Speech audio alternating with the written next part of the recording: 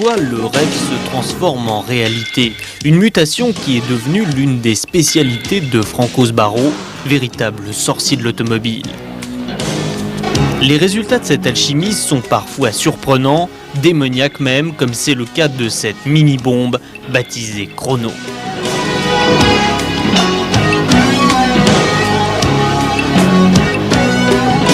« 650 kg, 500 chevaux, 100 km/h en 3 secondes 5 dixièmes, les chiffres parlent d'eux-mêmes.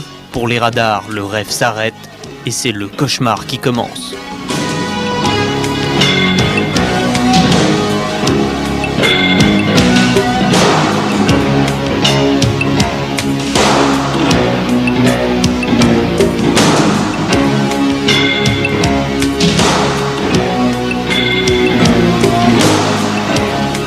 Détonateur de ce cocktail explosif, un moteur 6 cylindres 24 soupapes de BMW M1 Procar. Il est placé en position centrale arrière sur un berceau articulé, une gueule béante, prête à dévorer l'asphalte lorsque la bête se referme.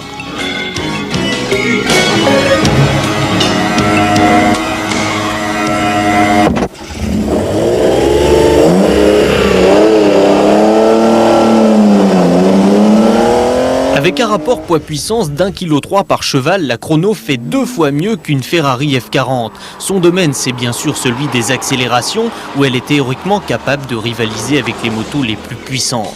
Une bestialité si peu maîtrisable que depuis ses quelques tours de roue effectués spécialement pour turbo, le moteur M1 de 500 chevaux a été remplacé par un plus classique 6 cylindres de BMW M5. Rassurez-vous, les chronos sont toujours excellents, suffisants en tout cas pour l'heureux propriétaire, un riche collectionneur d'art japonais.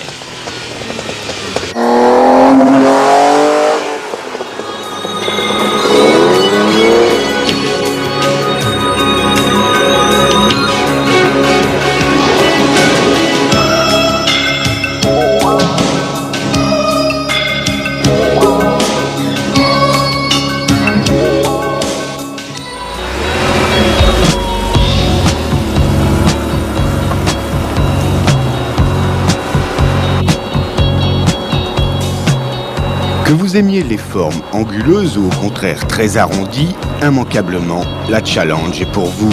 C'est sûrement pour cela que depuis sa création, Franco Sbarro en a vendu 7 exemplaires dans le monde. Allez mes frères!